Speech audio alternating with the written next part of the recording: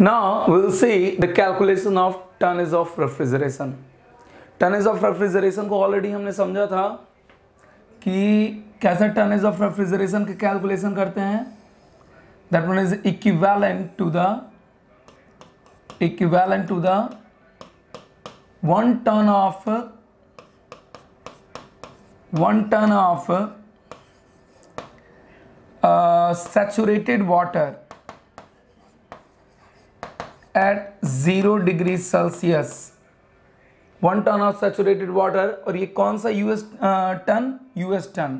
Ton का मतलब एक बात ध्यान रखिएगा, I am not talking about the Indian standard, I am talking about the US standard. US standard में आपका 1 टन होता है, that one is 2000 pound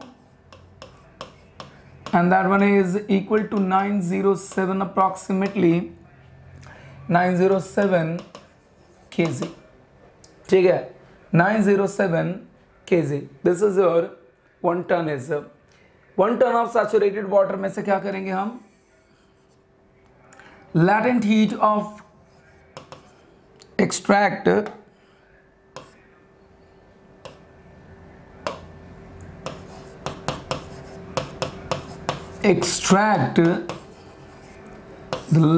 latent heat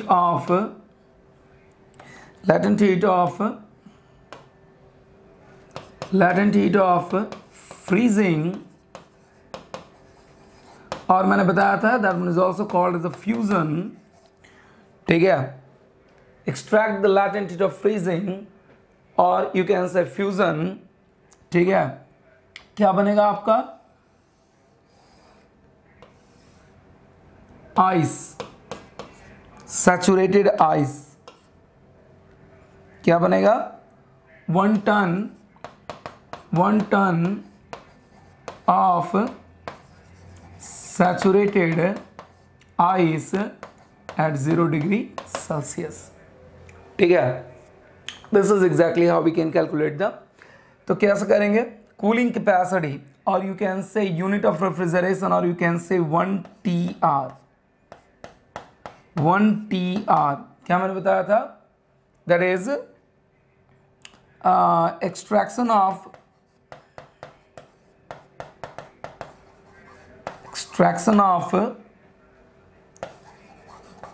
latent heat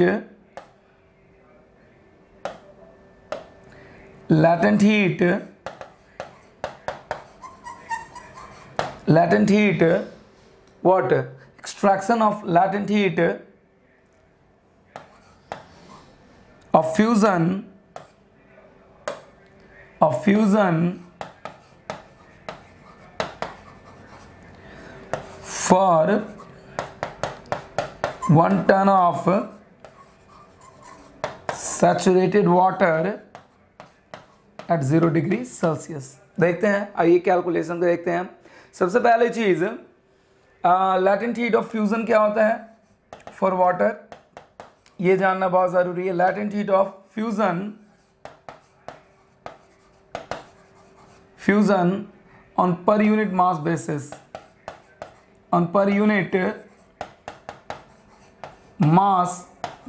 ये कितना होता है पहले ये जानना जरूरी है.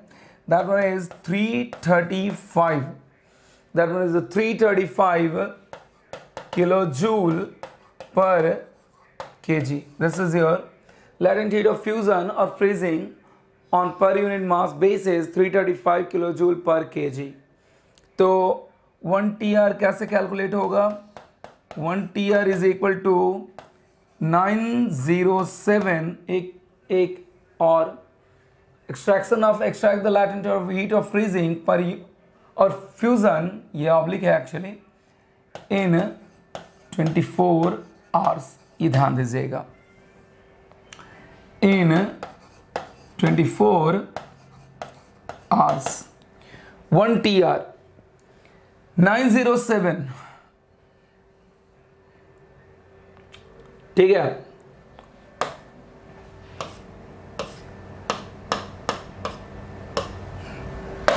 ये देखते हैं इन 1 सेकेंड.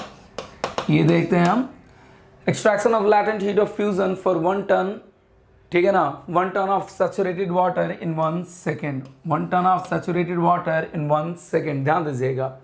और ये आइस कब तक बनेगा आपका 24 आवर में। तो पहले ये बताइए 24 आवर में कितना हीट एक्सट्रैक्ट करना पड़ेगा, दैट वन इज द 907.2। मैंने कहा प्रीडोमिनेटली हम क्या ले सकते हैं, 907 ले सकते हैं, तो no problem at all, into 335, 907 into latent heat पर केजी, इतना हमें हीट एक्सट्रैक्ट करना पड़ेगा 24 घंटे में। लेकिन मैंने टीयर क्या कहा, extraction of heat in 1 second, extraction of heat in 1 second. तो ये क्या है आपका, ये आपका टोटल एनर्जी इन 24 आवर है। तो इसे क्या करना पड़ेगा, पर सेकेंड में कन्वर्ट करना पड़ेगा। तो एक 24 आवर में है तो 1 घंटे में कितना एक्सट्रैक्शन होगा, 24 आवर से डिवाइड कर देंगे, और 24 आवर में ये पर आवर निकल गया, ये क्या निकल गया, पर आवर निकल गया, total energy extraction per hour. लेकिन मैंने कहा पर आवर में भी नहीं देखना है, हमें पर सेकेंड में देखना है। तो इसे क्या करेंगे, 3600 से डिवाइड करेंगे, क्योंकि एक आवर में आपका कितना सेकेंड होता है, 3600 सेकेंड, 3600 सेकेंड।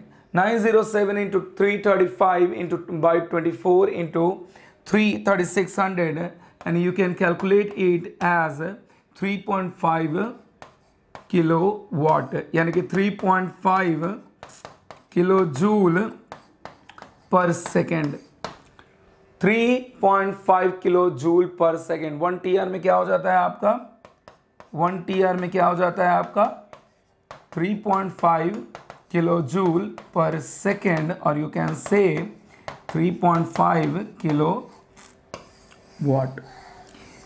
अब मैंने कहा कि सपोज टू बी ये आपका एक रूम है, that one is suppose to be the room और storage.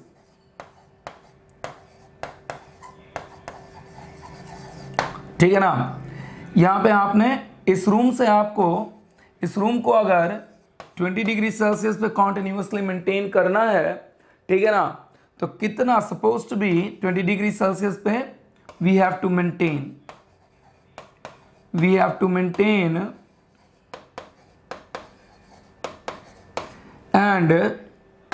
And suppose to be, एक न्यूमेरिकल पॉइंट ऑफ व्यू बता रहा हूं, and suppose to be we have to remove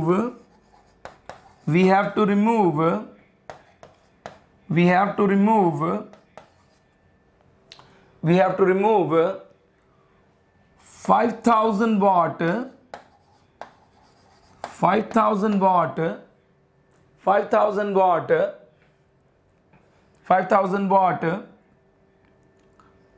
to maintain, we have to remove heat, rate of heat, actually you can say rate of heat, watt का मतलब क्या हो गया, rate of heat, ठीक है ना, to maintain 20 degree Celsius, to maintain the 20 degree Celsius। then ये पूछा जाएगा, then tonnage of refrigeration required, tonnage of refrigeration required। तो क्या करोगे, सिंपली एक टीआर में 3.5 किलोवाट और 5000 वाट है, तो 5 किलोवाट हो गया ना। Simply tonnage of refrigeration required is equal to, you know very well, 5 kilowatt by 3.5 calculate करोगे, ये आपका टनेज ऑफ रेफ्रिजरेशन रिक्वायर्ड हो जाएगा। ठीक है, तो इतने टन का एसी आप एक्चुअली ऑलमोस्ट 1.5 टन के आसपास आएगा, आप रियलाइज कर लेना। ऑलमोस्ट 3.5 इंटू 0.5 कितना हो जाएगा, 3.5 into 0.5, that one is 5 and 2, that one is 7, 1.75, 3.5 plus 1.75, that one is a 5, 7.5 कितना हो जाएगा आपका, that one is 2 and that one is a 5.25 kilowatt. Almost मैंने कहा 1.5 टन के आसपास आ जाएगा, ऑलमोस्ट कितना मैंने कहा 1.5 टन के आसपास आ जाएगा। नाउ यू कैन रियली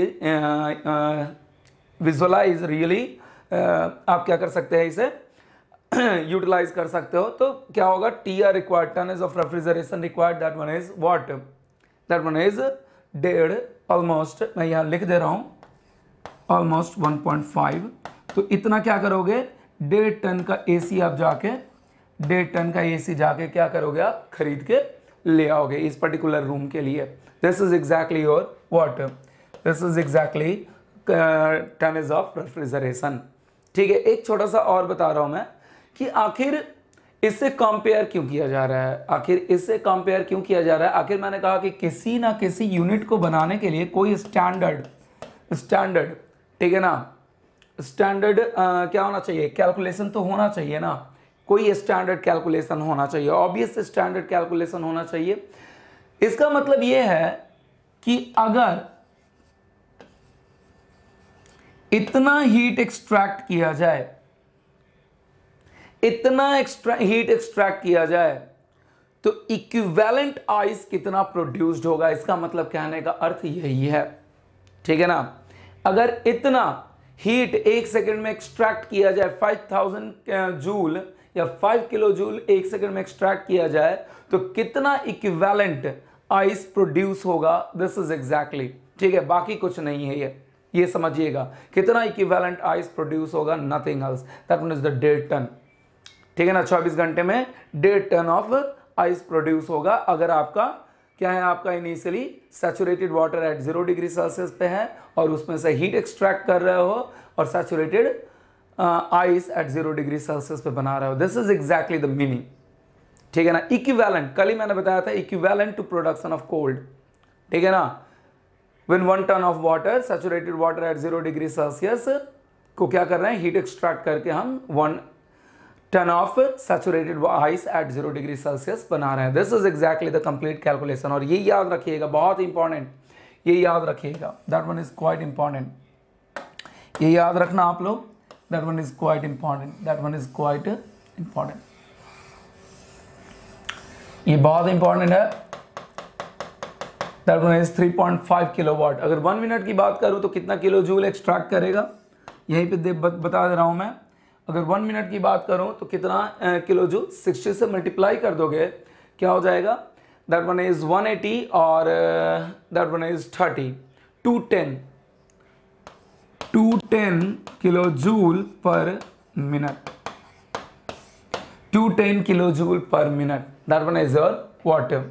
ठीक है ना, 210 किलो जूल पर मिनट। आई होप ये कैलकुलेशन आपको समझ में आया होगा। मैंने कहा 907 इंटू 335 क्या है आपका, दैट मीन्स 24 घंटे में आपको यहां से हीट एक्सट्रैक्ट करना है। और लेकिन 24 घंटे के लिए नहीं चाहिए हमें, किस में चाहिए, 1 सेकंड के लिए चाहिए।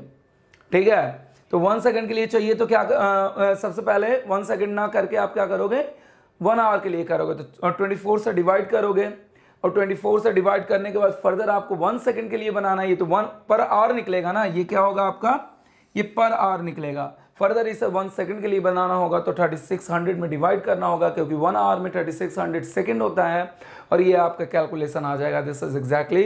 और मिनट में कन्वर्ट करना चाहते हो, that one is the 210 kilo joule पर minute, that is exactly the 1 TR। और मैंने कहा एग्जाम्पल भी दे दिया मैंने, टनेज ऑफ रेफ्रिजरेशन कितना रिक्वायर्ड होगा, that is nothing but that almost 1.5 ton.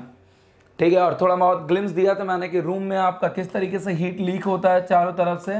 ठीक है, समहाउ विंडो से, समहाउ आपका क्या डोर से, आपके सीलिंग से, चारों वॉल से, ठीक है ना, कंडक्शन के थ्रू और बहुत सारे रेडिएशन के थ्रू, बहुत सारे रीजन है। ठीक है, तो इस तरीके से मैंने कहा लोड कैलकुलेशन हम लोग पढ़ेंगे जब एयर कंडीशनिंग सिस्टम में जाएंगे, थोड़ा बहुत लोड कैलकुलेशन के बारे में बताऊंगा। बहुत ज़्यादा तो अपने कॉम्पिटिटिव पॉइंट ऑफ व्यू से बहुत ज़्यादा नहीं पढ़ना है, लेकिन हाँ थोड़ा बहुत पढ़ना है हमें, जिससे हमारा न्यूमेरिकल क्या हो जाए। और उसके बारे में बताऊंगा कि लोड कैलकुलेशन किस तरीके से देखते हैं हम, लोड आपके एयर कंडीशनिंग लोड कितने तरीके के होते हैं, कूलिंग लोड कितने तरीके के होते हैं। ठीक है, this is exactly your complete analysis of what tonnage of refrigeration. Now I'll move to the next. एक चीज और बता दूं मैं, आप जब भी एयर कंडीशनिंग सिस्टम को देखोगे, एयर कंडीशनिंग सिस्टम को देखोगे, एयर कंडीशनिंग सिस्टम को देखोगे, एयर कंडीशनिंग सिस्टम को देखोगे तो वहां पे सीओपी नहीं दिया रहता है, बहुत ज्यादा नहीं, थोड़ा सा देख लीजिए ताकि आपका एक knowledge, being a mechanical engineer, ये नॉलेज होना चाहिए कि क्या है क्या नहीं है। जब भी आप एयर कंडीशनिंग सिस्टम देखोगे तो वहां पे जहां पे स्टार वगैरह बनाए रहते हैं वहां पे आप देखोगे क्या लिखा रहता है, EER, COP नहीं लिखा रहता है कहीं भी, कोएफिशिएंट ऑफ परफॉर्मेंस नहीं लिखा रहता है कहीं भी, ठीक है ना, EER। और EER को देखोगे somehow 3 to 4 कुछ इस तरीके से दिया रहता है और ब्रैकेट में लिखा रहता है watt by watt, W by W, W by W का मतलब वाट बाय वाट, ठीक है ना। COP देखिए थोड़ा ध्यान से, EER, EER को कहते हैं एनर्जी इफिशियंसी रेटिंग, या somehow it is also called as a energy efficiency ratio। कहीं पे आप रेशियो देखोगे, कहीं पे आप रेटिंग देखोगे। Energy efficiency, energy efficiency ratio, ठीक है ना, एनर्जी इफिशियंसी रेशियो, और sometimes it is also called as a, sometimes it is also called as a rating, ठीक है ना। व्हाट इज दैट मीनिंग, थोड़ा ध्यान दीजिए। एक्चुअली EER, EER जो होता है आपका, that one is energy efficiency rating, इसका भी फॉर्मूला वही होता है, द कूलिंग लोड, कितना हीट एक्सट्रैक्ट कर रहे हैं from the storage by the electricity consumption, electricity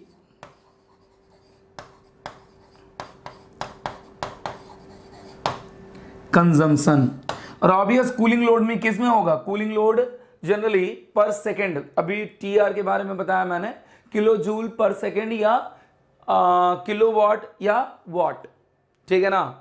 ये किस में हो सकता है आपका, वाट में हो सकता है, और ये किस में, इलेक्ट्रिसिटी कंजम्पशन भी होगा किस में, वाट में ही होगा, इलेक्ट्रिसिटी कंजम्पशन भी आपका वाट में ही होगा, ठीक है। That one is your watt, that one is your electricity consumption in watt, that one is क्या दे सकते हो, watt by watt, that one is called as the energy efficiency. अगर वाट बाई वाट में दिया है तो COP भी हमारा क्या होता है, यही तो होता है, cooling load, cooling load by W input, यही तो होता है हमारा, ठीक है, cooling load bye W input. और ये भी क्या होता है वाट में, और ये भी क्या होता है वाट में, that is also the watt by watt. अगर watt by watt EER, EER in watt by watt is nothing but the COP, EER watt by watt is nothing but the COP, यानी कि जो यहाँ पे EER दिया है that is nothing but the COP। कहने का अर्थ ये है कि अगर आपका क्या होगा, supposed to be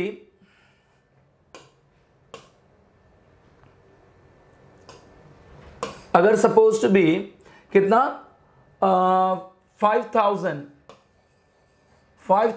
और ये आपका 4 है, और ये 3 to 4 किस पर वैरी करता है आपका, that one is the number of stars, जितने नंबर ऑफ स्टार्स होंगे 3 स्टार 5 स्टार उसके अकॉर्डिंग चेंज होगा, ठीक है ना। 3 to 4 समहाउ 3 to 5 भी होता है, ठीक है ना। जितना इफिशियंट आपका क्या होगा, नाम ही है एनर्जी इफिशियंसी रेटिंग, जितना इफिशियंट आपका क्या होगा, आपका एयर कंडीशनिंग सिस्टम होगा, जितना उतना ही आपका इलेक्ट्रिसिटी का कंजम्पशन कम करेगा, ठीक है, for the same cooling load, for the same cooling load. तो मैंने कहा 5000 जनरली 1.5 टन 1.5 टन, ठीक है ना, 4 by electricity consumption, electricity consumption, electricity consumption क्या हो जाएगा आपका, electricity consumption is equal to 5000 by 4, ठीक है ना, 5000 बाई 4 इलेक्ट्रिसिटी कंजम्पशन। तो इलेक्ट्रिसिटी कंजम्पशन क्या हो जाएगा, अगर 5000 बाई 4 दैट वन इज कितना oh sorry 5000, extremely sorry, that one is not the, that one is 1, ठीक है, that is the 1 1 10 10 is what 2 again 10, ठीक है, सॉरी अगेन 0 5 और ये कितना होगा 1250 वाट। 1250 वाट का मतलब एक घंटे में 1.25 यूनिट, एक घंटे में आपका क्या होगा 1.25 यूनिट आपका इलेक्ट्रिसिटी कंजम्पशन होगा। जो आपका मीटर बिल होता है, एक्चुअली मीटर होता है आपका, इलेक्ट्रिसिटी मीटर होता है, उसका यूनिट जो होता है वो भी यहीं पे डिस्कस करके काम खत्म कर रहा हूं। उसके बाद मैं आगे बढ़ूंगा रिवर्स कारनोट साइकिल या फिर कारनोट रेफ्रिजरेशन सिस्टम, ठीक है। मैंने कहा एक्चुअली सीओपी ना देके EER यहाँ पे यूटिलाइज होता है, और EER आपका क्या होता है एनर्जी इफिशियंसी रेटिंग होता है या एनर्जी इफिशियंसी रेशियो होता है। This is exactly according to the American standard. ये किसे कहा, ये जो भी दिया जाता है according to the American standard. American standard में COP यूटिलाइज नहीं करते हैं, अमेरिकन स्टैंडर्ड में that one is EER utilize करते हैं, ठीक है ना। And that one is EER अगर यूनिट वाट बाई वाट है, it is nothing but the COP, coefficient of performance, ठीक है, क्योंकि इसका भी फॉर्मूला यही है। और अगर EER दिया हुआ है 3 to 4 या समहाउ मैंने कहा 3 to 5 भी हो सकता है, जैसा रेटिंग स्टार रेटिंग, ठीक है ना, उसके अकॉर्डिंग एनर्जी इफिशियंसी रेशियो उतना ही हाई, ठीक है ना। तो 3 to 4 अगर दिया हुआ है, तो अगर आपका 1.5 टन का क्या है आपका AC है, यानी कि ऑलमोस्ट 5000, तो इलेक्ट्रिसिटी कंजम्पशन कितना करेगा 1.25 यूनिट इन 1 आवर। वैसे समझ लो 1250 वाट का इलेक्ट्रिसिटी कंजम्पशन करेगा। अब मैं यहाँ पे थोड़ा सा डिस्कस कर रहा हूँ, यहाँ पे डिस्कशन कर रहा हूँ मैं unit of electricity meter, unit of electricity meter, ठीक है। 1 unit is equal to 1 kilo watt hour.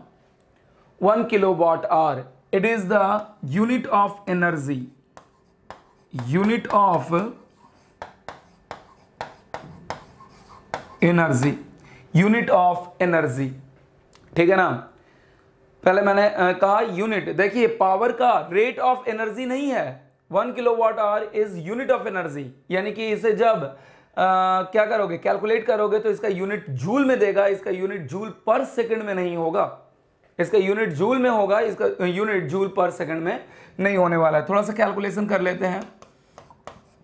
1 kilowatt hour is equal to 1 kilowatt hour का मतलब 1000। अच्छा एक काम करो,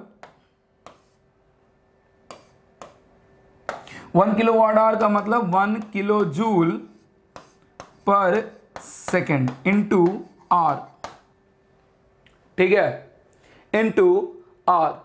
अगर मैंने कहा ये आर ये सेकेंड, कहीं ना कहीं दोनों टाइम है, टाइम कैंसिल आउट हो जाएगा, क्या होगा आपका यूनिट मिलेगा, आपका एनर्जी का यूनिट मिलेगा। लेकिन ये आर है, ये सेकेंड में हमें क्या कन्वर्ट करना पड़ेगा, या तो आर को सेकंड में कन्वर्ट कर दो या सेकंड को आर में कन्वर्ट कर दो, यही काम करना पड़ेगा। तो आर को सेकंड में अगर कन्वर्ट करेंगे तो क्या होगा 3600। आर को अगर सेकंड में कन्वर्ट करना पड़ेगा तो 3600 से मल्टीप्लाई करना पड़ेगा, और तब जाके ये क्या हो जाएगा, किस में हो जाएगा, सेकंड में हो जाएगा, ठीक है ना। आर को कन्वर्ट करने के लिए मैंने कहा किस क्या करना पड़ेगा, 1 आवर को कन्वर्ट करने के लिए दैट वन इज 3600। जैसे ही मल्टीप्लाई करेंगे ये सेकंड हो जाएगा, और what happen exactly that one is what 3600 ये मल्टीप्लाई और 1 मल्टीप्लाई 3600 किलो जूल, यानी कि 3600 किलो जूल अगर आप खर्च कर रहे हो, अगर 3600 किलो जूल एनर्जी आप खर्च कर रहे हो अपने home appliances, electrical appliances, electrical and electronics appliances में, तो व्हाट हैपन 3600 किलो जूल अगर खर्च कर रहे हो तो कितना यूनिट आपका इलेक्ट्रिसिटी मीटर आएगा, 1 यूनिट से इलेक्ट्रिसिटी मीटर इंक्रीज कर जाएगा। 1 यूनिट से इलेक्ट्रिसिटी मीटर आपका इंक्रीज, इलेक्ट्रिसिटी मीटर का रीडिंग 1 यूनिट से इंक्रीज कर जाएगा। अब इतना ज़्यादा आपका कैलकुलेशन करने की क्या ज़रूरत है, अगर सीधे सीधे समझें, सीधे सीधे समझने की कोशिश करें, सीधे सीधे समझने की कोशिश करें, तो अगर 1 kilowatt 1 kilowatt power rated power supply, rated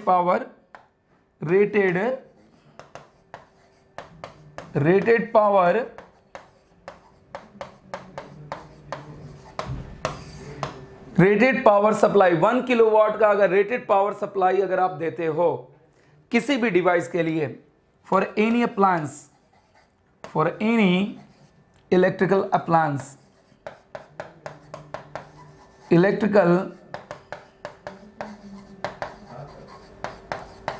electrical appliances, 1 kilowatt का रेटेड पावर सप्लाई अगर for any electrical appliances, like मैंने अभी एसी की बात की कि 1.5 टन के एसी के लिए अगर आपका क्या है EER अगर 4 है तो कितना आपका इलेक्ट्रिसिटी कंजम्पशन होगा 1250 का, 1250 का याद करिए ना, ऑलरेडी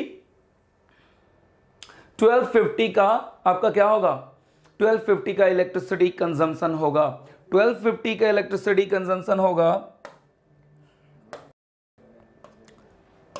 1250 का इलेक्ट्रिसिटी कंजम्पशन होगा, यानी कि कितना कह सकते हो 1.25 किलोवाट, 1.25 किलोवाट, ठीक है 1.25 किलोवाट। तो इसलिए मैं इन जनरली बता रहा हूं 1 किलोवाट रेटेड पावर सप्लाई है फॉर एनी इलेक्ट्रिकल अप्लायंसेस। अगर आप क्या करते हो, वह इस इलेक्ट्रिकल अप्लायंसेस को 1 आवर तक if we utilize it for 1 hour then कितना होगा, 1 किलोवाट को 1 आवर तक चलाओगे तो क्या होगा, कितना इलेक्ट्रिसिटी कंजम्पशन होगा, ऑब्वियस 1 किलोवाट आवर का होगा। 24 आवर के लिए चलाओगे तो कितना 24 किलोवाट आवर का कंजम्पशन होगा, यानी कि एक दिन में 24 घंटे में अगर 1 किलोवाट का अप्लायंस, इलेक्ट्रिकल अप्लायंस अगर 24 घंटे तक चला लेते हो तो कितना इलेक्ट्रिसिटी मीटर का रीडिंग आएगा, दैट मींस 24 आवर्स से 24 से सॉरी नॉट आवर 24 से क्या हो जाएगा आपका रीडिंग चेंज कर जाएगा। क्लियर है, ये बात ध्यान रखिएगा क्योंकि कुछ ऐसे कैलकुलेशन होंगे जिसमें इसका यूटिलाइजेशन होगा। If we utilize it for 1 hour then reading of electricity metre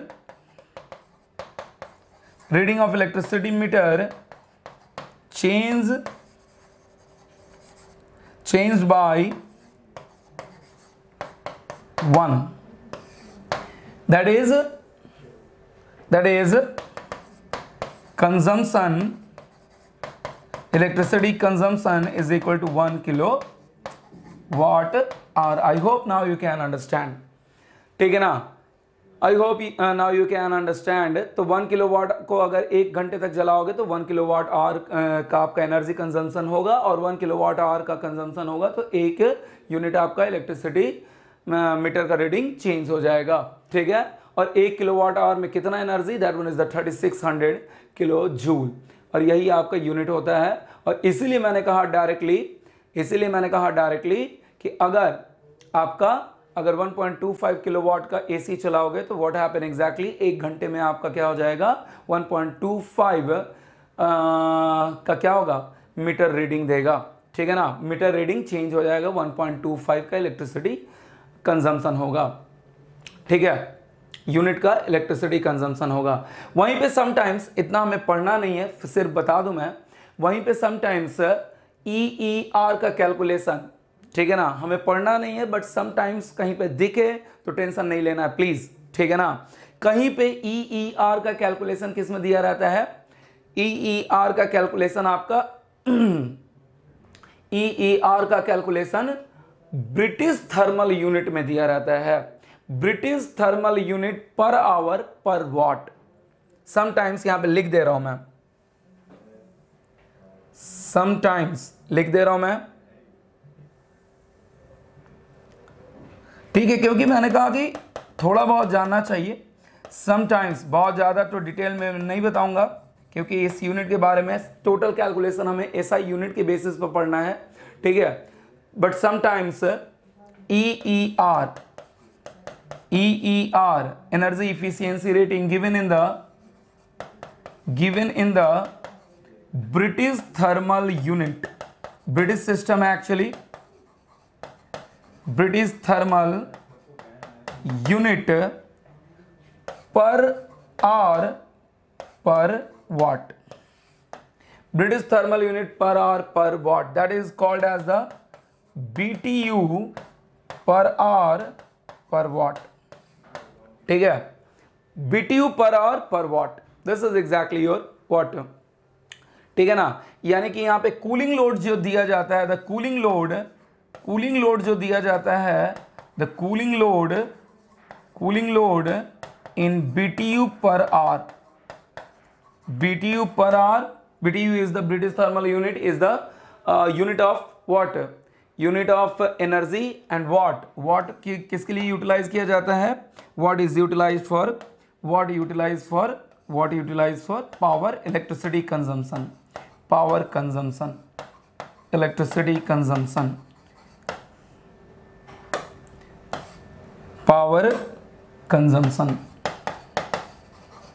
electricity consumption. तो जब EER आपका किस में दिया रहता है? ब्रिटिश थर्मल यूनिट में दिया रहता है, तो क्या हो जाता है रिलेशन? EER कैसे निकालोगे? 3.412 इंटू COP, यानी कि 1 COP में क्या हो जाएगा आपका? 1 COP is equal to 3.412 EER, यानी कि 1 COP, यानी कि ऐसे लिख लो 1 COP किसमें? वाट बाई वाट में, इज इक्वल टू 3.412 EER, मतलब EER का मतलब BTU per hour per watt, that one is पर वाट, दैट वन इज 1 COP का मतलब, अरे यहां पे मल्टीप्लीकेशन है, ध्यान दीजिएगा। जिस तरीके से है, क्या लिखते हो? 1 calorie is equal to 4.18 joule, ठीक है ना, 4.18 जूल। तो जूल को क्या लिखोगे? 4.18 इंटू कैलोरी, यही लिखोगे ना, कैलोरी, नंबर ऑफ कैलोरी, ठीक है ना, 4.18 into number of calorie. This is exactly your water analysis. Joule क्या होगा? 4.18 calorie, 1 kilo calorie is 1 calorie is equal to 4.18 joule. This is exactly your water, ठीक है।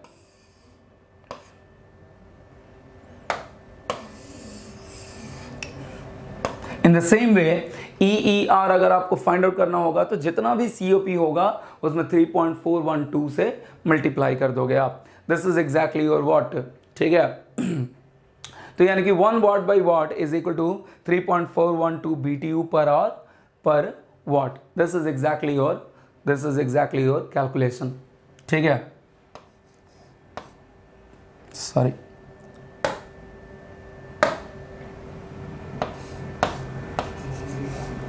Now we will move to the, ये ध्यान रखिएगा, मैंने कहा ये EER, अगर EER आपका वाट बाई वाट में दिया हुआ है तो COP के बराबर, लेकिन sometimes EER British thermal unit BTU में कभी बुक भी पढ़ोगे तो आपको ये दिखाई दे देगा, जब दिखाई दे देगा तो ये आपका रिलेशन होगा, ध्यान दीजिएगा।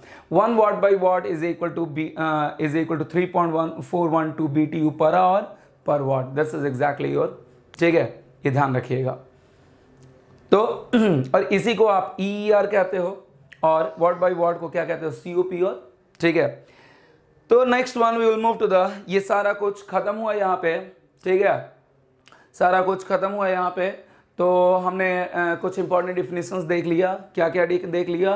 दैट मींस रेफ्रिजरेशन, रेफ्रिजरेंट के बारे में देख लिया, रेफ्रिजरेशन कैपेसिटी के बारे में देख लिया, ठीक है। देन आफ्टर सीओपी का सिग्निफिकेंस देख लिया, और सीओपी के सिग्निफिकेंस के साथ साथ मैंने कहा कि समटाइम्स आप एयर कंडीशनिंग सिस्टम वगैरह देखोगे तो वहां पे जब आपका उसका पावर रेटिंग वगैरह जब देखोगे तो वहां पे आप सीओपी ना देखते हुए क्या देखोगे, एनर्जी इफिशियंसी रेटिंग देखोगे। और energy efficiency rating Indian context के अकॉर्डिंग देखोगे तो वो वाट बाय वाट में दिया रहता है, that is nothing but the COP. वो क्या होता है, cooling load bye electricity consumption directly देता है, ठीक है ना, इलेक्ट्रिसिटी कंजम्पशन। और वो क्या होता है, जैसे जैसे BEE bureau of energy efficiency के अकॉर्डिंग जैसे जैसे नंबर ऑफ स्टार्स बढ़ता जाता है वो ईईआर भी क्या होता जाता है, बढ़ता जाता है। 3 स्टार के लिए ऑलमोस्ट 3 to 4 तक आपका वैरी करता है, ठीक है ना। 3 स्टार के लिए 3 to 4 तक आपका वेरिएशन होता है, ये बात का ध्यान रखिएगा। और मैंने कहा what happen exactly, that one is अगर 4 होगा, अगर 1.5 टन का मतलब ऑलमोस्ट 5000 वाट आपका कूलिंग लोड है उस एसी के लिए, तो इलेक्ट्रिसिटी कंजम्पशन ऑलमोस्ट कितना होगा, दैट वन इज 1250 के आसपास होगा। और 1250 के आसपास मतलब that one is 1.25 electricity unit का इलेक्ट्रिसिटी कंजम्पशन करेगा 1 घंटे में, ठीक है। और वो सारा कुछ मैंने डील किया। अगर बीटीयू में डीएफ दिया रहा है, बीटीयू पर वाट में ईईआर दिया रहा है, तो कैसे कैलकुलेट करेंगे COP, that is the 1 watt by watt, ठीक है, 1 watt by watt is equal to what, that one is 3.412 BTU per hour per watt. This is exactly your what calculation, ठीक है, इस बात का ध्यान रखिएगा। तो इस तरीके से हम कैलकुलेट करेंगे सीओपी और ईईआर में relation. Simply EER is equal to 3.418 into COP, ठीक है।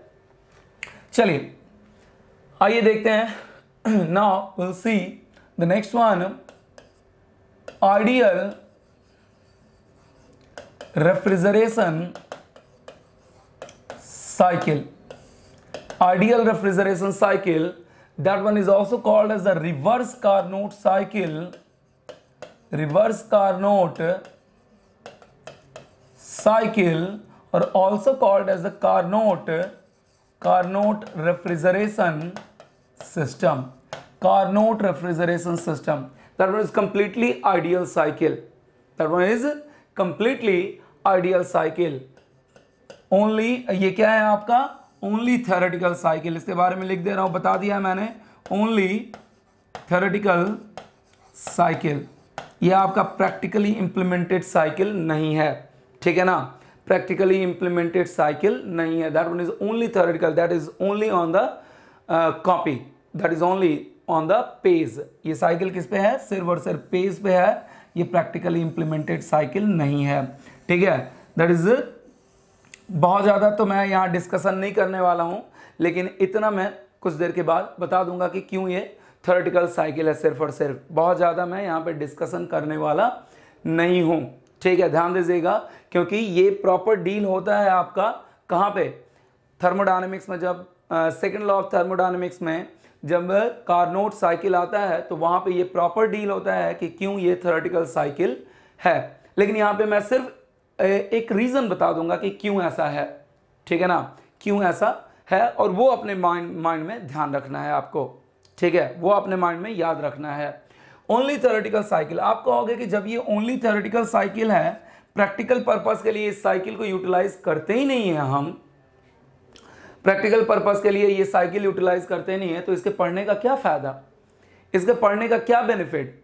ऑब्वियस बेनिफिट है, क्योंकि कभी भी किसी चीज को अगर हम बिल्डअप करते हैं, किसी चीज के लिए रिसर्च करते हैं, किसी चीज को इन्वेंट करते हैं, कुछ भी इस तरीके से अगर बनाते हैं हम, तो कोई एक हमें क्या होना चाहिए, बेंचमार्क या रेफरेंस लेवल, रेफरेंस होना चाहिए, ठीक है ना। मैंने कहा कार्नोट रेफ्रिजरेशन साइकिल या कार्नोट इंजन, दोनों में से अगर रिवर्स कार्नोट साइकिल यूज करते हो तो ये कार्नोट रेफ्रिजरेशन सिस्टम हो जाएगा, और सिंपल कार्नोट सिस्टम यूज करते हो तो कार्नोट इंजन हो जाएगा। अभी सारा कुछ डिस्कशन करूंगा, डोंट वरी, ठीक है। It is completely what, completely theoretical cycle, मैंने कहा कंप्लीटली आइडियलाइज्ड कॉन्सेप्ट है, ठीक है।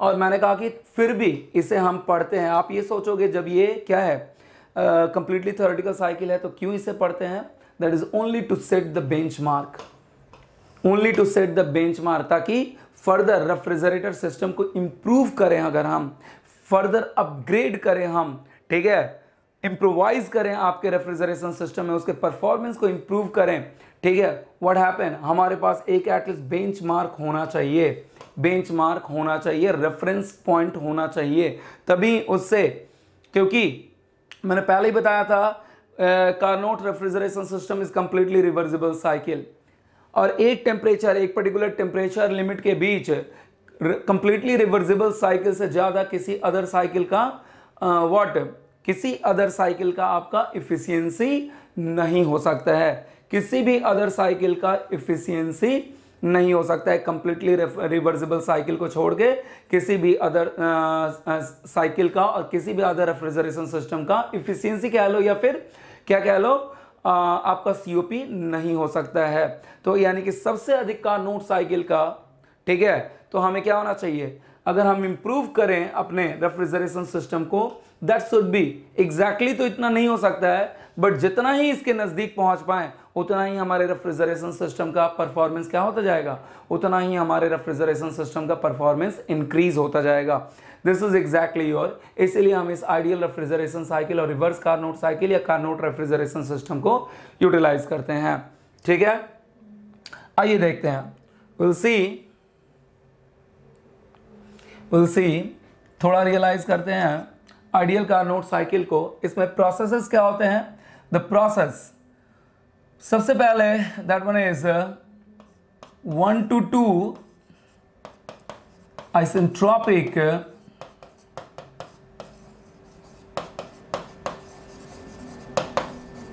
compression, 1 to 2 isentropic compression, 2 to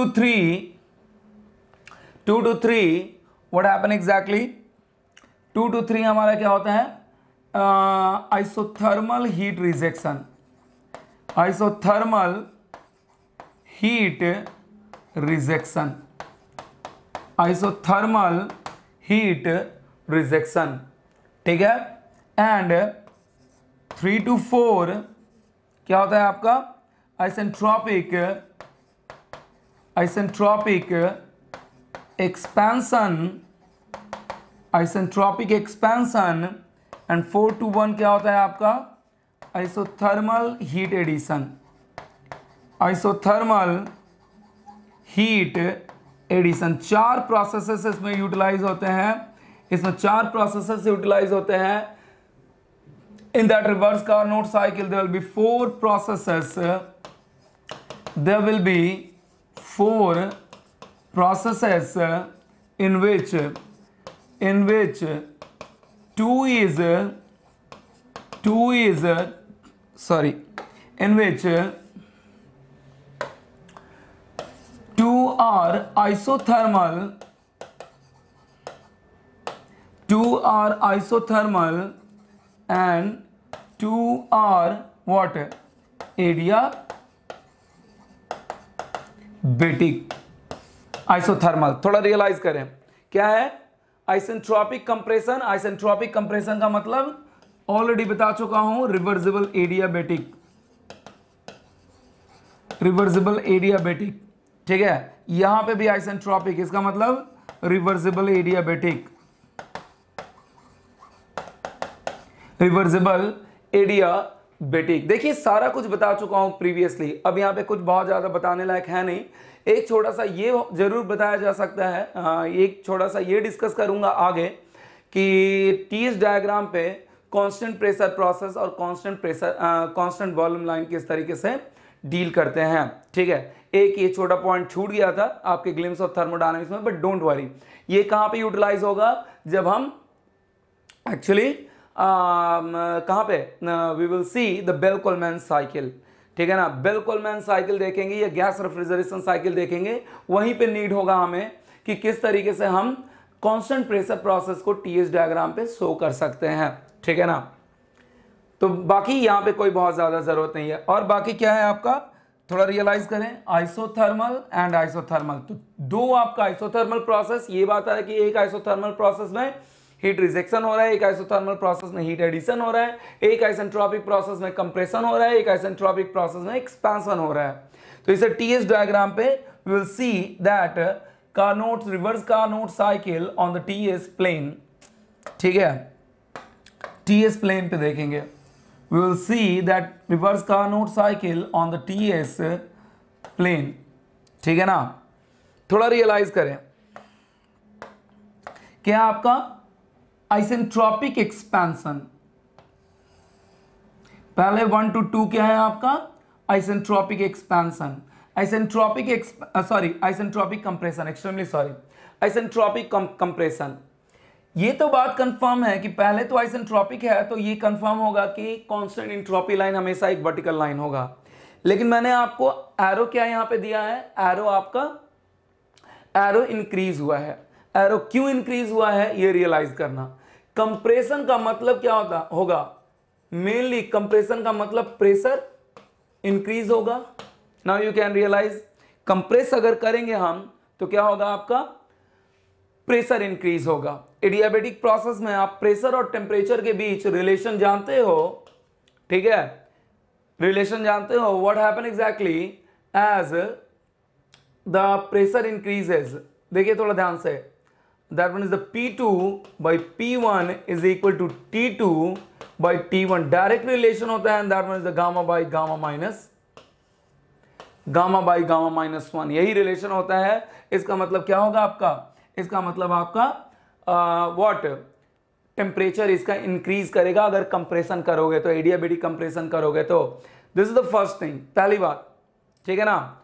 temperature increase करेगा और इसका एरो क्या हो जाएगा, एरो इस तरीके से वर्टिकली अपवर्ड की तरफ हो जाएगा। एक चीज और बता रहा हूं यहां पे मैं, थोड़ा रियलाइज करना। हम लोगों ने क्या देखा था, dq is equal to du plus dw, याद करिए du प्लस dw। अब एडियाबेटिक प्रोसेस के लिए तो क्या है, एडियाबेटिक प्रोसेस के लिए तो dq 0 ना, अब dw is equal to minus dw is equal to minus du। What is that meaning, integrate करोगे तो क्या मिलेगा, minus u2 minus u1। What is that meaning, w is equal to u1 minus u2, minus multiply कर दोगे तो क्या हो जाएगा, du का मतलब u2 माइनस u1, इंटीग्रेट करने के बाद तो w is equal to u1 minus u2। अगर आप सिस्टम पे क्या कर रहे हो, आप वर्क डन कर रहे हो, कंडीशन क्या है, एडियाबेटिक प्रोसेस, एडियाबेटिक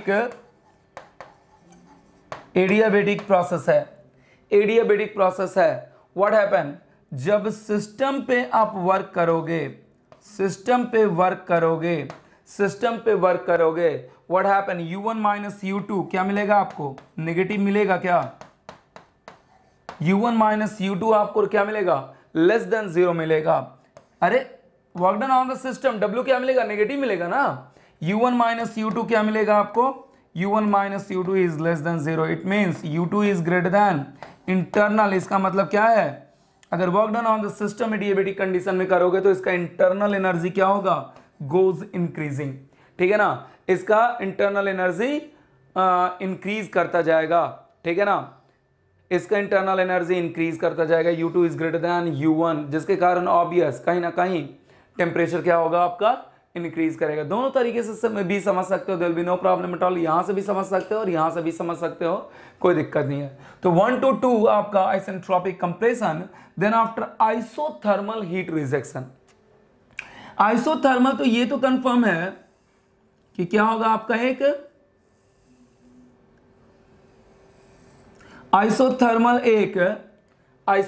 एक क्या होगा आपका, हॉरिजॉन्टल लाइन होगा, क्योंकि टेम्परेचर क्या है आपका, थ्रू आउट कांस्टेंट है, टेम्परेचर आपका थ्रू आउट कांस्टेंट है। लेकिन हीट रिजेक्शन याद करिए, ds is equal to dq by t reversible, ठीक है। अगर हीट रिजेक्ट होता है सिस्टम से, हीट अगर रिजेक्ट होता है सिस्टम से तो डी क्यू क्या लेते हैं, नेगेटिव लेते हैं ना, डी क्यू नेगेटिव लेते हैं, यानी कि D S S2 minus S1 क्या हो जाएगा, ऑलरेडी बता चुका हूं, लेस देन 0 हो जाएगा। इसका मतलब S2 is less than S1, यानी कि इंट्रोपी क्या होगा, इंट्रोपी डिक्रीज करेगा, यानी कि इसका एरो जो होगा कुछ इस तरीके से होगा, ठीक है ना। इसका एरो जो होगा that arrow will be like this one. फिर आपका देन आफ्टर आइसेंट्रोपिक एक्सपेंशन, अब जब obvious isentropic compression temperature increase हो रहा है, एक्सपेंशन में क्या होगा, फर्दर प्रेशर डिक्रीज करेगा, और जब प्रेशर डिक्रीज करेगा तो इसका मतलब टेम्परेचर भी क्या होगा, डिक्रीज करेगा, ठीक है ना। और एक्सपेंशन में एक और चीज बता दूं कि एक्सपेंशन में फर्दर आपका वर्क डन आउटपुट मिलता है एक्सपेंशन में, ठीक है ना। एक्सपेंशन में जब वर्क आउटपुट मिलेगा तो वर्क आउटपुट मिलेगा, थोड़ा यहाँ पे रियलाइज करें, वर्क आउटपुट मिलेगा तो U1 माइनस U2 क्या हो जाएगा, पॉजिटिव हो जाएगा ना, U1 माइनस U2 पॉजिटिव हो जाएगा वर्क आउटपुट के लिए, U1 माइनस U2 पॉजिटिव हो जाएगा, यानी कि U1 is greater than U2, यानी कि इनिशियल एक्सपेंशन के केस में इनिशियल इंटरनल एनर्जी ज्यादा, यानी कि इसका इंटरनल एनर्जी क्या होगा, डिक्रीज करेगा और वर्क आउटपुट देगा, तो इंटरनल एनर्जी डिक्रीज करेगा तो कहीं ना कहीं आपका टेम्परेचर क्या होगा, डाउन होगा। देन आफ्टर क्या कह रहा है फर्दर, कांस्टेंट टेम्परेचर या isothermal heat addition. Isothermal heat addition का मतलब हीट एडिशन होगा तो क्या होगा, हीट एडिशन होगा, what happen, entropy further increases, what happen exactly, this is exactly the complete cycle. ये कैसा साइकिल दिख रहा है, एंटी क्लॉकवाइज साइकिल दिख रहा है, ठीक है। जबकि यहीं पे कार्नोट, यहाँ पे नोट में एक पॉइंट लिख दे रहा हूं, यहीं पे नोट में पॉइंट करके दिख रहा हूं, अगर कार्नोट इंजन की बात करते हैं, कार्नोट इंजन की बात करते हैं तो कार्नोट इंजन कुछ इस तरीके से दिखता है, that one is Carnot engine isentropic compression, then after heat addition, then after heat rejection, then not isentropic expansion, then after heat rejection, 1 2 3 4। ये साइकिल कैसा दिख रहा है, क्लॉकवाइज साइकिल दिख रहा है, ठीक है ना। तो एक छोटा सा पॉइंट यहाँ पे लिख लीजिएगा, फर्स्ट वन, क्लॉकवाइज साइकिल, हमेशा ये बात ध्यान रखिएगा, clockwise cycle is always power producing cycle, and the second one anti-clockwise cycle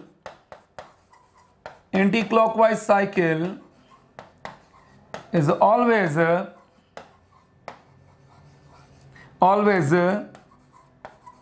power consuming cycle, like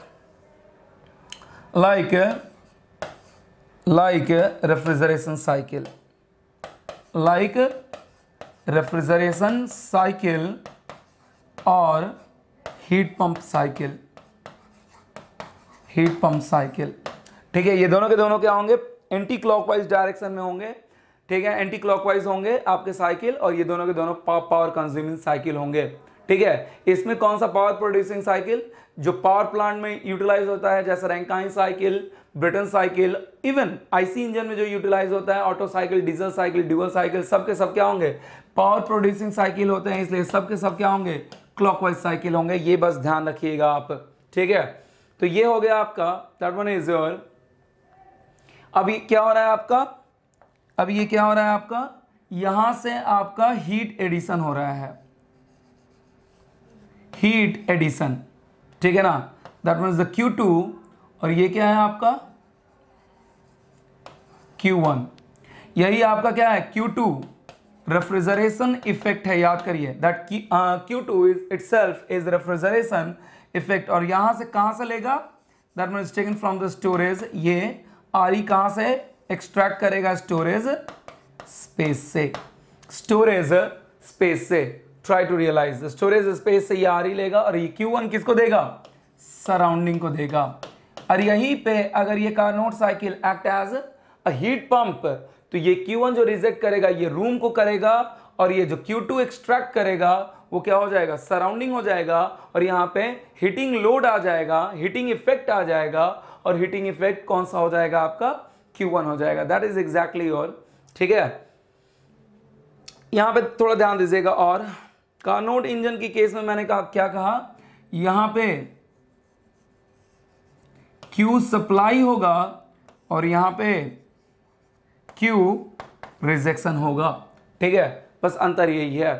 तो इसे तो मैंने कहा कि नोट पॉइंट में याद कर लीजिएगा, इसे तो बहुत ज़्यादा यूज़ करने वाला नहीं हूं मैं, ठीक है, क्योंकि यहाँ पे इंजन के बारे में बहुत ज़्यादा कुछ पढ़ना ही नहीं है, यहाँ पे मेनली रेफ्रिजरेशन साइकिल के बारे में पढ़ना है, ठीक है। Now I am going to start what, now I'm going to start the analysis of COP of that what, that Carnot refrigeration system, that one is completely idealized। और ये बता दो क्यों idealized है, ठीक है, क्यों idealized है, because of that isothermal process, isothermal process throughout constant temperature process achieve करना हमारे लिए क्या होता है, बहुत ही मुश्किल टास्क है, ठीक है ना। बस इतना बता दूं, ज्यादा कुछ नहीं, ठीक है, इतना सिर्फ मैं यहां पे डिस्कशन करूंगा कि कांस्टेंट टेम्परेचर हीट रिजेक्शन या कांस्टेंट टेम्परेचर हीट एडिशन बहुत ही स्लो प्रोसेस, अगर आपको रियल प्रैक्टिस में इसे मेंटेन भी करना है तो बहुत ही स्लो प्रोसेस होता है, बहुत ही स्लो प्रोसेस होता है, ठीक है ना। For the timing try to realize, मैंने कहा अगर आपका आइसोथर्मल प्रोसेस या थर्मल हीट रिजेक्शन ये रियल प्रैक्टिस में भी आप अचीव करने चाहें तो that one is quite what slower process, ठीक है, बहुत ही स्लो प्रोसेस होता है। तो आपका आइसोथर्मल प्रोसेस बहुत ही स्लो प्रोसेस और एडियाबेटिक प्रोसेस उतना ही क्या होता है, उतना ही फास्ट प्रोसेस होता है। यहाँ पे मैं ये डिस्कस नहीं करूंगा कि ऐसा क्यों, डोंट वरी, ठीक है, क्योंकि पता चलेगा कि फिर ये चीज़ें थर्मोडायनेमिक्स में कंप्लीटली डील करता हूं मैं, यहाँ पे मैं डील नहीं करूंगा। इवन ये भी डील करता हूं कि अगर फाइनाइट टाइम के लिए स्लोअर प्रोसेस है, अगर फाइनाइट टाइम के लिए, तो किसी भी डिवाइस में ऐसा थोड़ी ना कि स्लो प्रोसेस चल रहा है तो काफ़ी लंबे समय तक छोड़ दें उसे कि प्रोसेस होने दो, कोई दिक्कत नहीं है, ठीक है। हमें कोई एसी लगाना है तो इमीडिएटली कूलिंग इफेक्ट चाहिए, विद इन 10 मिनट हम यही सोचते हैं कि हमारा रूम क्या हो जाए, 15 मिनट हम यही चाहते हैं कि हमारा रूम क्या हो जाए, ठंडा हो जाए। अब ये पता चलेगा कि ये चल रहा है तो हम उसे चलने दें, ठीक है। तो बहुत ही स्लो प्रोसेस, पहली चीज तो डिवाइस हमारा इस बहुत ही क्या हो जाएगा, हमारा स्लो प्रोसेस होने के कारण एक तो आपका प्रोसेस अगर बहुत लंबा चल गया तो डिवाइस का परफॉर्मेंस काफी लूज हो जाएगा, डिवाइस बहुत ही क्या करेगा, कोई कूलिंग करने में बहुत ज्यादा टाइम ले लेगा। This is the first thing. अगर इसे फाइनाइट टाइम के लिए सर्टेन कर दो, इसे फाइनाइट टाइम के लिए कर दो, तो मैंने कहा फाइनाइट टाइम के लिए बहुत ज्यादा ये इफेक्टिव होगा ही नहीं, फाइनाइट टाइम के लिए बहुत ज्यादा इफेक्टिव होगा ही नहीं। और फाइनाइट टाइम के लिए आइसोथर्मल प्रोसेस में हीट रिजेक्शन ऑलमोस्ट, प्रैक्टिकली बता रहा हूं, थ्योरेटिकली तो है, थ्योरेटिकली तो हीट रिजेक्शन हीट एडिशन सब हो रहा है, लेकिन प्रैक्टिकल पर्पस पे बताया मैंने, प्रैक्टिकल पर्पस से व्हाट हैपन एग्जैक्टली, आपका आइसोथर्मल प्रोसेस बहुत ही स्लो प्रोसेस है, बहुत ही स्लो प्रोसेस, और वहीं पे adiabatic process, reversible adiabatic process क्या है, बहुत ही फास्ट प्रोसेस है, ठीक है ना। स्लो प्रोसेस है और रिवर्सिबल एडियाबेटिक प्रोसेस बहुत ही फास्ट प्रोसेस है।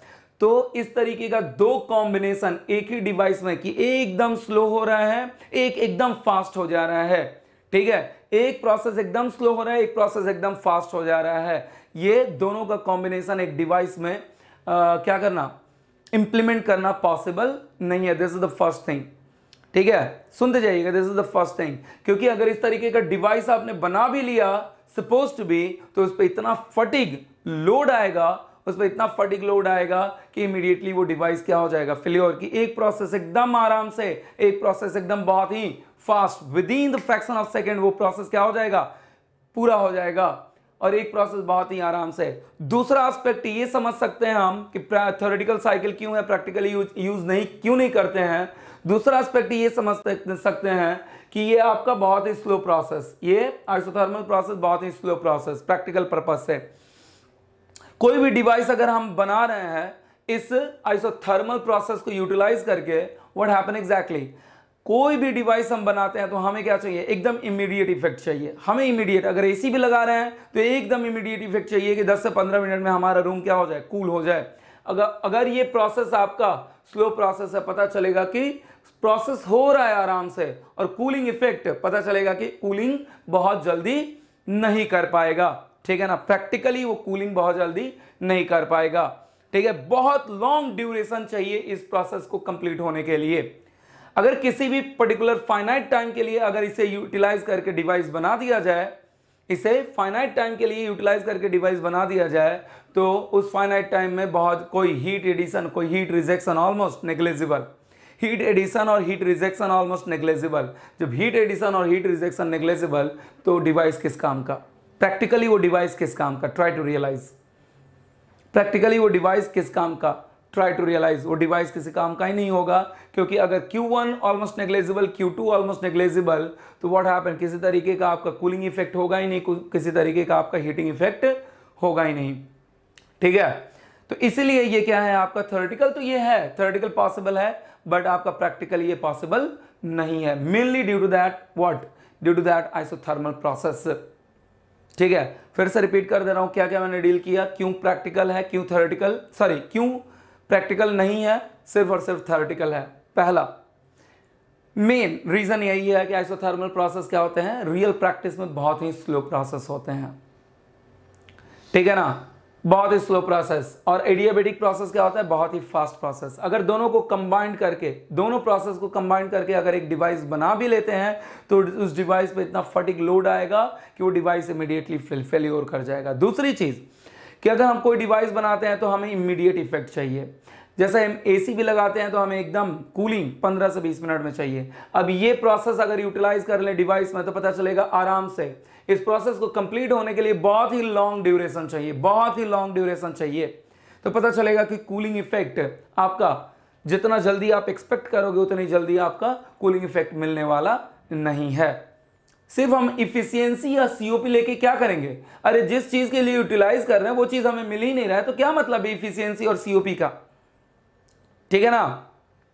तो बहुत ही लॉन्ग ड्यूरेशन के लिए चलने वाला है, प्रैक्टिकली आपका बहुत ही लॉन्ग आपका what happen exactly, cooling effect और कूलिंग लोड और जो भी है जिस एस्पेक्ट के लिए आपने लगाया है वो पूरा कर ही नहीं पाएगा, ठीक है ना।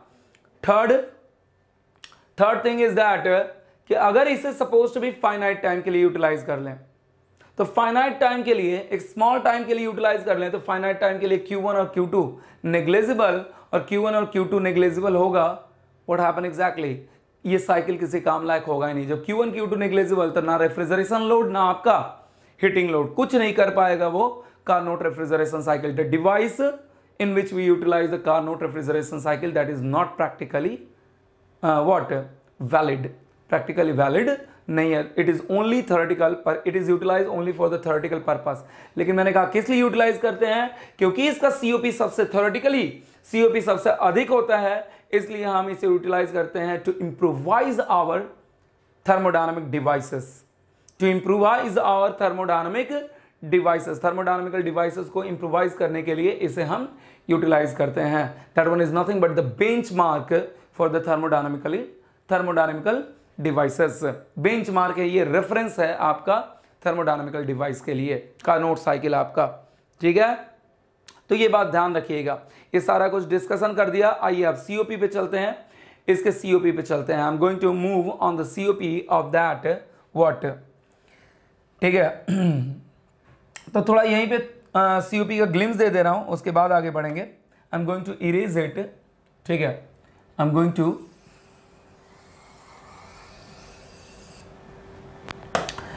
टू इरेज इट, और ग्लिम्स थोड़ा यहीं पे दे दूं मैं, उसके बाद मैं आगे बढ़ रहा हूं। सीओपी ऑफ कार्नोट रेफ्रिजरेटर क्या होता है हमारा, that one is the Q2 by that one is W input, and W input is nothing but the Q1 minus, एक साइकिल के लिए यही होता है ना, ऑलरेडी बता चुका हूं मैं। एक साइकिल के लिए एनर्जी एडियाबेटिक केस में रिवर्सिबल एडियाबेटिक के केस में तो आपका किसी तरीके की हीट इंट्रैक्शन तो होगा नहीं। तो एक साइकिल के लिए नेट वर्क डन क्या होता है आपका, एक cycle first law of thermodynamics के according dw is equal to cyclic integral of dq। तो साइक्लिक इंटीग्रल ऑफ dq क्या मिलेगा, that means the q1 minus q2, that one is the w input.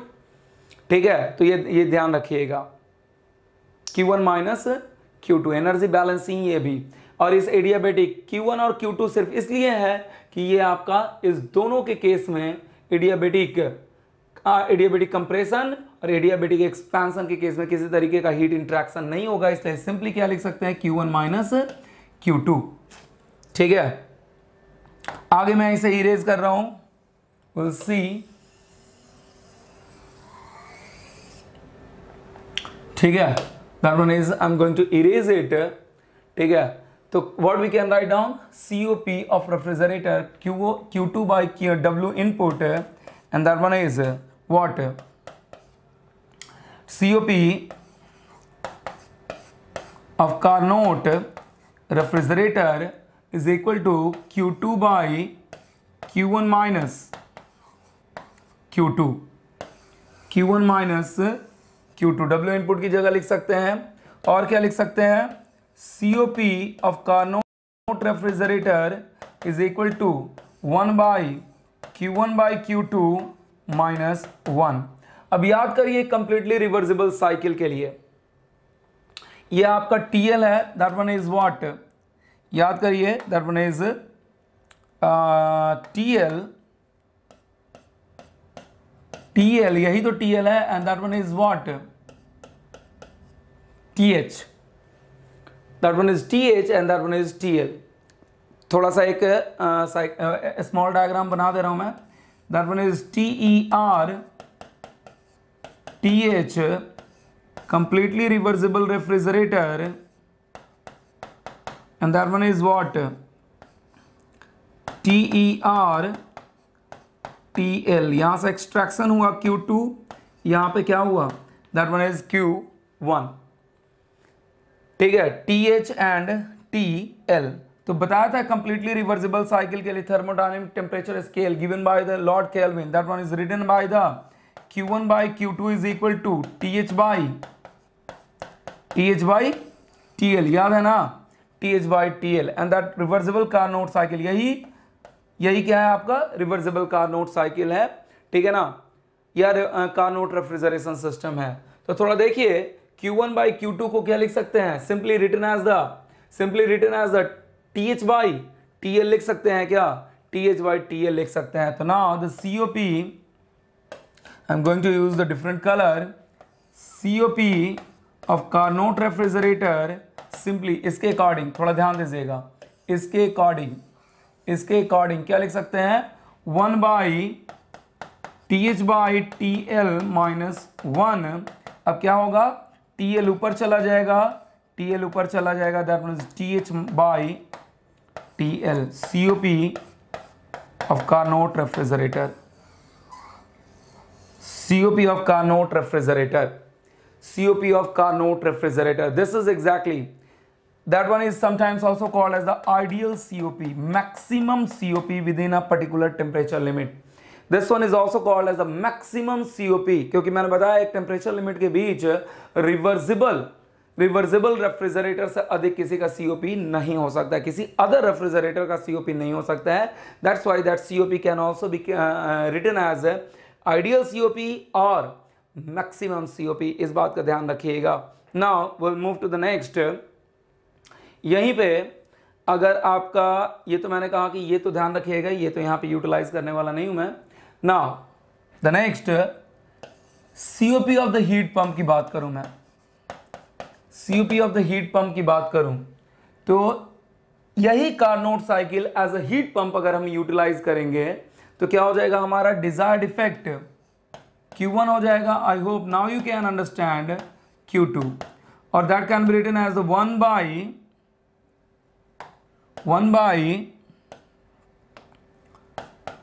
by Q1 1 minus Q2 by Q1। और Q2 by Q1 का ratio क्या हो जाएगा, that one is 1 minus TL by TH. That's why that can be written as the TH by TH minus TL. TH by TL. देखिए वही सारी चीज़ें हैं जो प्रीवियसली हमने पढ़ रखा है, बस थोड़ा सा डिफरेंस है कि यहाँ पे वहाँ पे मैंने सिर्फ COP क्या लिखा था, that one is the desired output by W input. यहाँ पे बस रिवर्सिबल रेफ्रिजरेटर या कार्नोट रेफ्रिजरेटर को टेम्परेचर के टर्म में लिख दिया, ध्यान दीजिएगा, ठीक है। और यहाँ पे भी वही वैलिड होगा, थोड़ा रियलाइज करो, COP of the heat pump minus COP of the refrigerator is equal to, क्या बताया था मैंने, 1। यहाँ पे भी आप करके देख लीजिए, that one is same valid होगा। TH by TH minus TL minus TL by refrigerator के लिए आप करके देख लो, वही वैलिड होगा, there will be no problem at all, ठीक है। तो दैट वन इज, दोनों को माइनस करोगे, माइनस माइनस कैंसिल आउट हो जाएगा, क्या बचेगा आपका, 1 ही बचेगा, ठीक है। This is exactly the relation between the COP of the heat pump, COP of the R। यहाँ पे भी क्या आएगा, इस रिलेशन के लिए भी TH by TH minus TL, और रेफ्रिजरेशन के लिए क्या है, TL by TH minus TL, इसके लिए भी आप देखोगे तो 1 ही आएगा। Now will move to the numericals for the reverse Carnot cycle, और you can say the Carnot refrigeration system. It may be कि हीटिंग पंप से भी आ सकता है, हीट पंप से भी आ सकता है, इसलिए इन जनरलाइज मैंने क्या कहा, रिवर्स कार्नोट साइकिल। अब उसी रिवर्स कार्नोट साइकिल को हम एज अ, जब Q1, जब आप रेफ्रिजरेशन इफेक्ट क्या लेते हैं, मैंने यहीं पे डिस्कस किया, जब यहीं पे डिस्कस किया मैंने, जब आप व्हाट हैपन एग्जैक्टली, जब आप डिजायर्ड आउटपुट, डिजायर्ड इफेक्ट या हीटिंग लोड या हीटिंग कैपेसिटी अगर Q1 लेते हैं तो व्हाट हैपन एग्जैक्टली, वो क्या हो जाएगा आपका, हीट पंप की तरह हो जाएगा। और वहीं पे अगर आपका डिजायर्ड आउटपुट, डिजायर्ड इफेक्ट क्या लेते हो आप, कूलिंग लोड लेते हो या कूलिंग इफेक्ट लेते हो, that is the Q2 by Q1 minus Q2, वो क्या हो जाएगा आपका, रेफ्रिजरेशन इफेक्ट हो जाएगा, ठीक है ना। वो क्या हो जाएगा आपका, दैट वन इज Q2, अगर आप रेफ्रिजरेशन लोड लेते हो, रेफ्रिजरेशन इफेक्ट लेते हो, तो क्या हो जाएगा आपका, दैट वन इज एग्जैक्टली, ठीक है, ध्यान दीजिएगा। This is exactly quite necessary to understand, ठीक है। और फाइनली हम क्या करेंगे, कंक्लूड कर लेंगे कि क्या क्या देखे, then after will move to the numerical on the reverse Carnot cycle, ठीक है ना। या मैंने कहा कार्नोट रेफ्रिजरेशन सिस्टम कह लो या कार्नोट हीटिंग पंप सिस्टम कह लो, ठीक है, there will be no problem at all. तो मैंने कहा कंक्लूड कर लेते हैं, क्या देखा हमने, we have seen that is Carnot refrigeration system हमने देखा, या रिवर्स कार्नोट सिस्टम ये देखा, या आइडियल रेफ्रिजरेशन सिस्टम देखा हमने, ठीक है।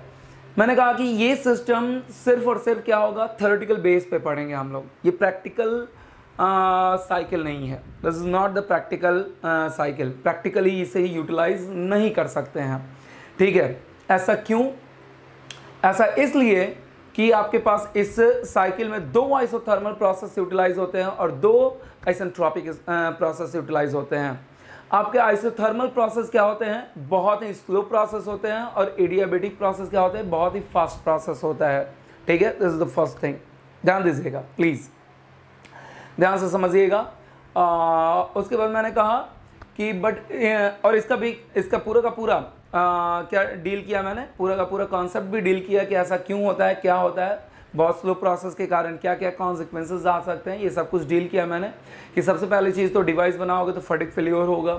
दूसरी बात कि अगर डिवाइस बना भी दिया तो इम्पैक्ट जो होगा आपका इमीडिएट इम्पैक्ट नहीं दे पाएगा, ठीक है, जबकि हम कोई डिवाइस इसलिए बनाते हैं कि हमारा इमीडिएट इम्पैक्ट हो, ठीक है। The third one is that कि आप आइसोथर्मल प्रोसेस को, इतना स्लो प्रोसेस, इतना टाइम टेकन प्रोसेस होगा कि अगर उसे सर्टेन फाइनाइट टाइम के लिए अगर उसे यूटिलाइज करते हो तो व्हाट हैपन एग्जैक्टली, उसे फाइनाइट टाइम के लिए अगर यूटिलाइज करते हो व्हाट हैपन एग्जैक्टली, वो डिवाइस ऑपरेट ही नहीं हो पाएगा, उस डिवाइस का कोई मतलब ही नहीं रह पाएगा, ठीक है।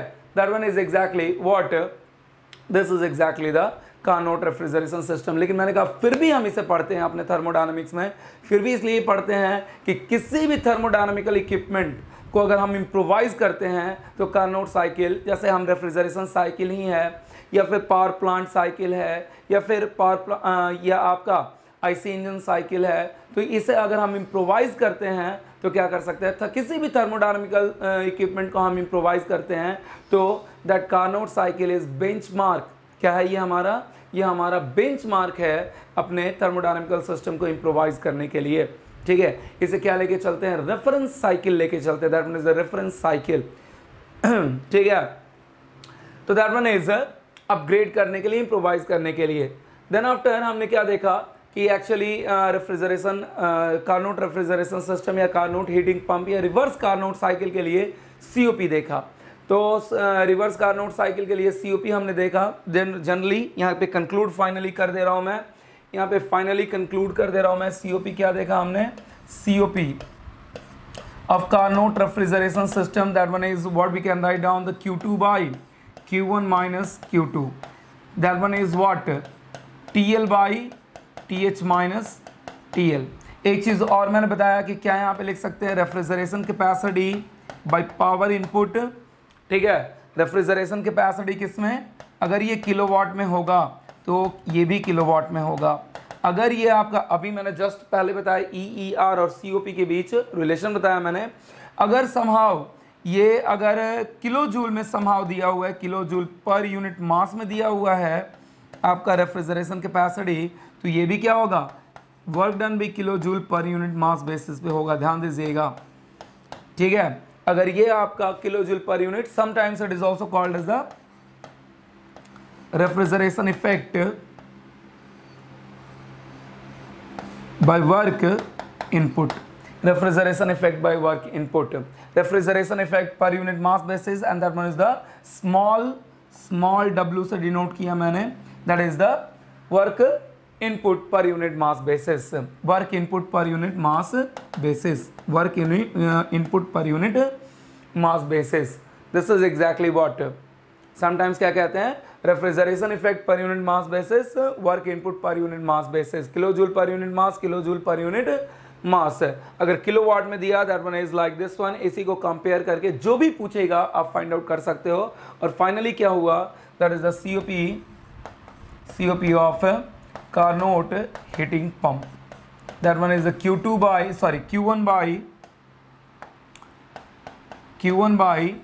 Q1 minus Q2, and that one is equal to, क्या लिख सकते हैं हम, TH by TH minus TL।